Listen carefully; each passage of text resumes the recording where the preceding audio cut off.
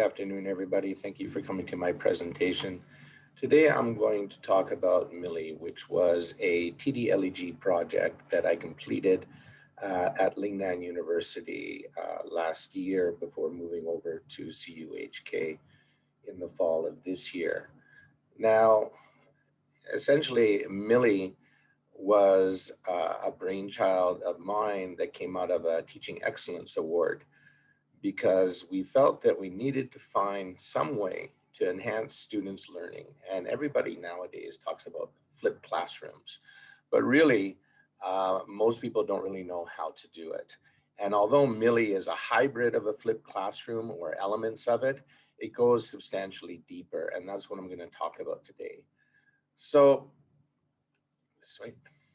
the aims were primarily to develop a range of videos to equip students with some key language skills that they would have to utilize in their discipline-specific courses.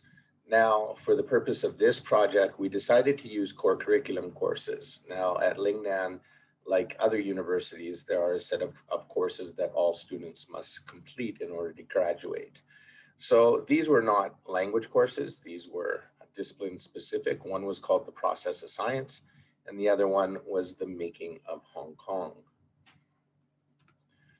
So essentially what we did is we took language professionals, we took discipline instructors, and then we also brought in students into the learning process and the development progress. So this was very important because we wanted not only to do a top-down approach, but a bottom-up approach to make sure that we were meeting the needs not only of the course discipline instructors, but also of the students as learners. I'm going a little ahead of myself in case I run out of time. So the top-down approach was quite simple. Is at the onset, once we chose a course, is we met with the language team and we wanted to find out everything they wanted and they needed from us from a teaching perspective. So in other words, what their learning outcomes were, what they hoped the students would gain from taking the course in each module, and also help us try to highlight what kind of difficulties they were having in the past, let's say delivering the course, both online and offline. And then they provided us with all the course materials. And that was our stage one. Stage two was the language team, which consisted of 3 language instructors and 4 visiting English tutors, as well as a multitude of different student helpers, looked at the course materials. Each were given the course materials, and then they reviewed them, and they came up with their own opinions as to what was going well, what they felt students might have some difficulty understanding. And then we also embedded student helpers to audit the course. So here students would be auditing the course alongside regular students, and they would actually be gauging how well the students in the classroom received the materials, and also as the student themselves, how well they understood it. And they would be making notes and trying to figure out what could be done to improve the learning of the students from a teaching perspective and also from the student's perspective. And that was the bottom up. Then at the end, and this took about 6 months to complete, the language team and the student helper team met, and we tried to reconcile all our information into a clean package. And that package would be what we needed to develop and why, and how we would go about that. Then we would meet with the course team and review each storyboard that we created and make some adjustments if it was necessary. We also took into account some problems that some professors might have trying to implement these new videos into their course, because these were not only multi-level courses that were taken by all students from a variety of different disciplines, but also they were taught by a variety of different professors that had some latitude on what they could include in their content and what they didn't have to include. So after we had all of the materials approved and we had our storyboards all set up, we created authentic scripts to complement each storyboard. And then we also went further to design comprehension exercises to complement each video lecture. Stage 6 was very straightforward. We did a video production and we utilized students as well as university staff. We felt that rather than hiring professionals, if we use students, it would be more authentic and relatable to the students that were watching them themselves. After post-production, we edited, we added music, and we tried to enhance the videos once the course team and the student helper team and the production team reviewed it. Finally, in stage 8, we did some beta testing. And of course, over the course of the last year in 2018 and 2019, of course, we ran into problems first politically, that there were issues with campus, and then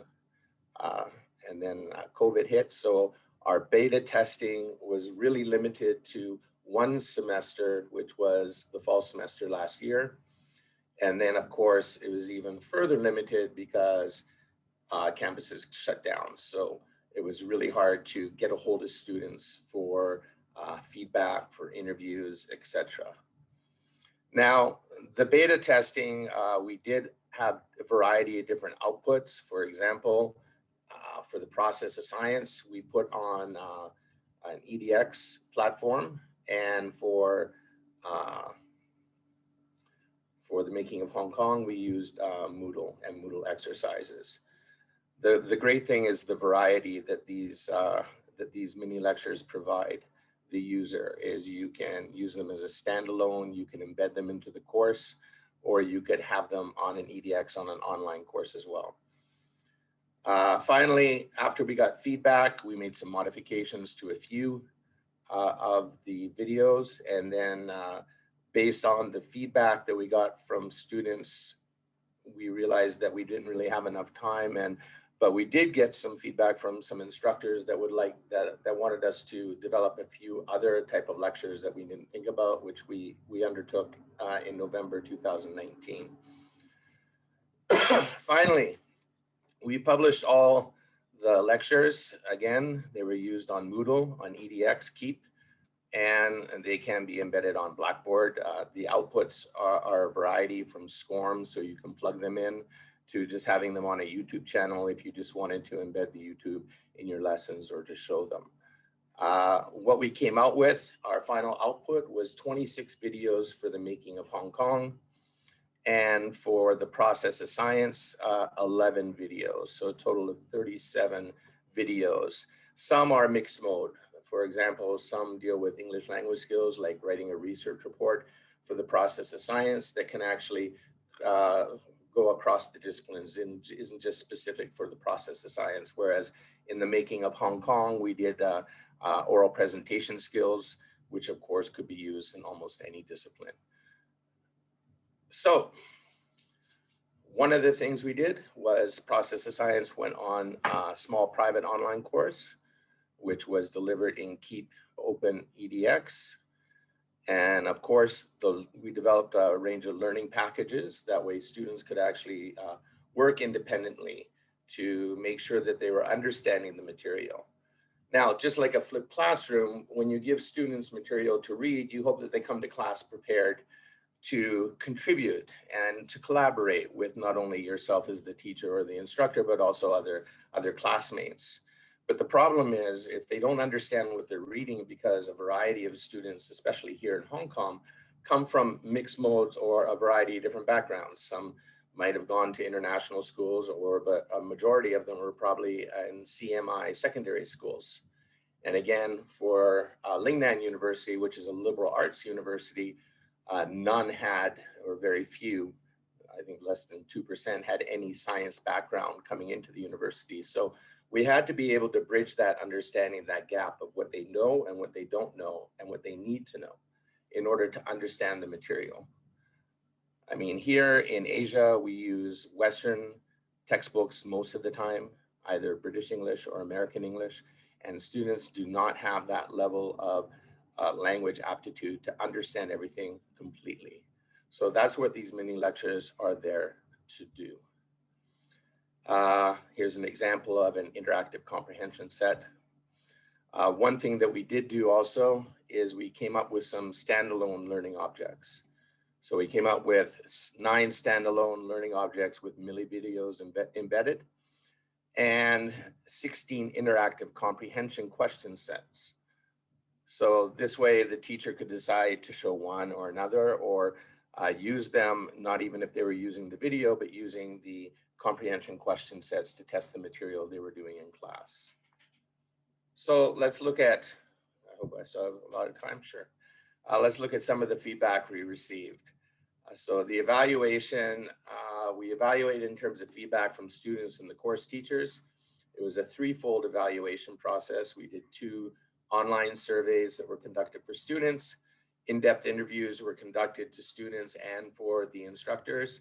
And then the project was up for external review by Reimagine Education in 2019 and in 2020. And we have some of the comments from the external reviewers. For the pilot analysis, we use qualitative and quantitative data as mentioned.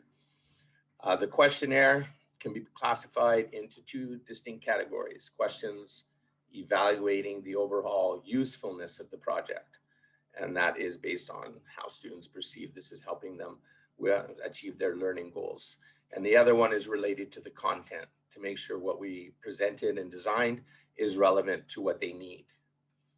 So overall, I'm not going to show you a lot of charts and data. I sort of summarized it for you.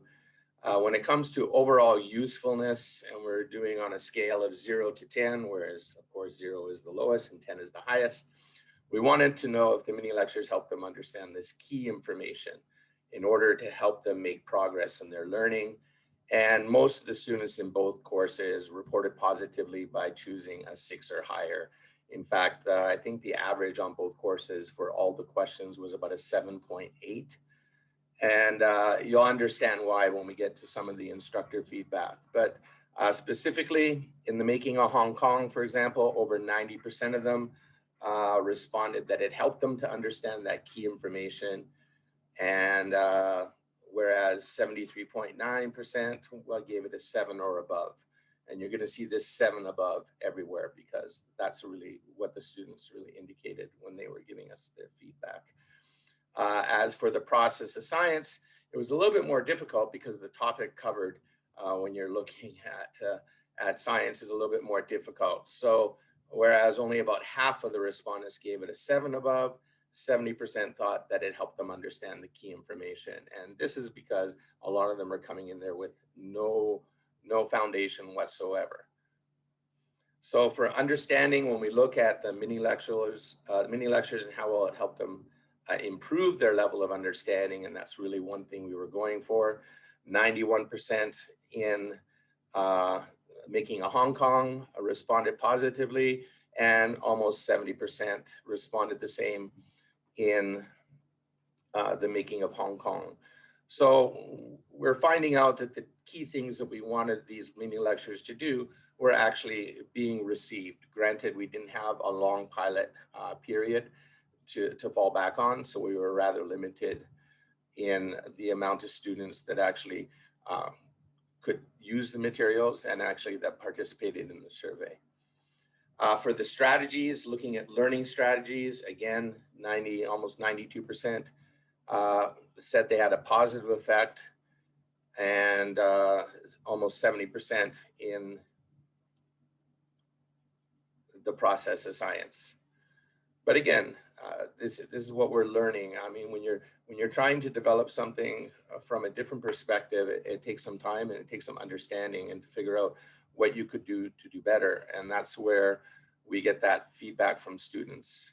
They were valuable to the learning process. Again, 91.3, a positive effect, with about 74% giving it a 7 or above.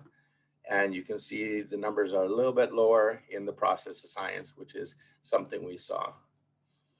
Now, when we looked at the interviews, we conducted face-to-face and Zoom interviews with students because, again, many had to leave the country, left Hong Kong, and it was very hard to find them.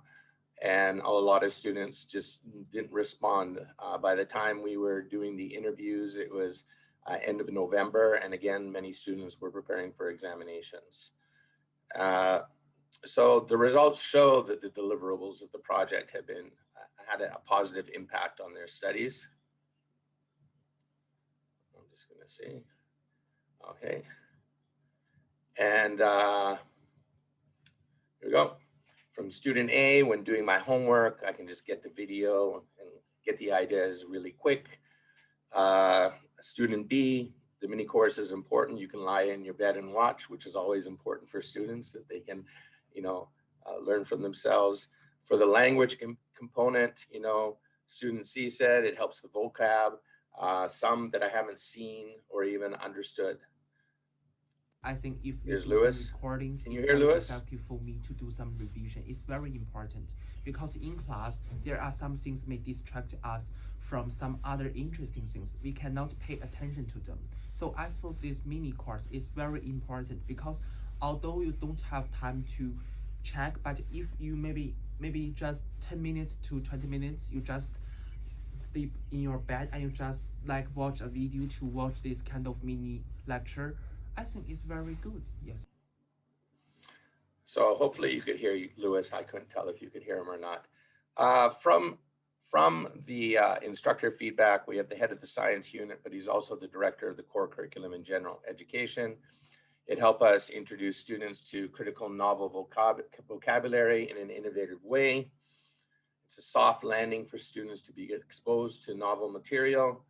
Also, he thinks that he can incorporate the videos not only to introduce those key vocabulary terms, but to provide them with a diverse exposure to important topics and to capture their interest in drawing their attention to course topics, because the videos are designed in a way that they were between 3 to 5 minutes long. Some were a little bit longer, but no more than 7 or 8 minutes, because through our research, we found that their attention span really didn't last that long.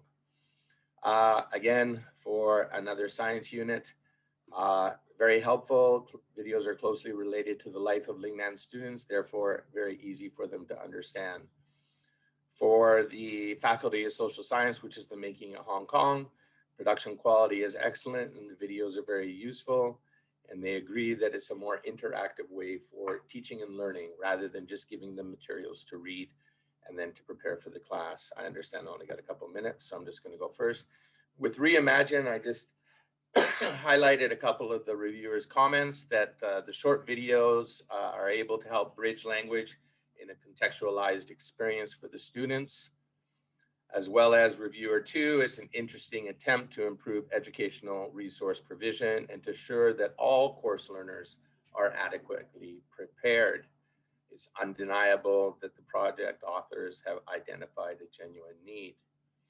So my future thought is it's important that, especially in these days of COVID and a lot of people are going online and will probably be teaching online in the next semester, is that you have to think about bringing in some learners into your pedagogical process in order to try to understand what they need and how they are receiving the information, especially in an online environment, and try to find some creative methods to navigate this hybrid learning so it helps enhance those students' learning. Obviously, if you need any information, you can always contact me at CUHK. The email is down there.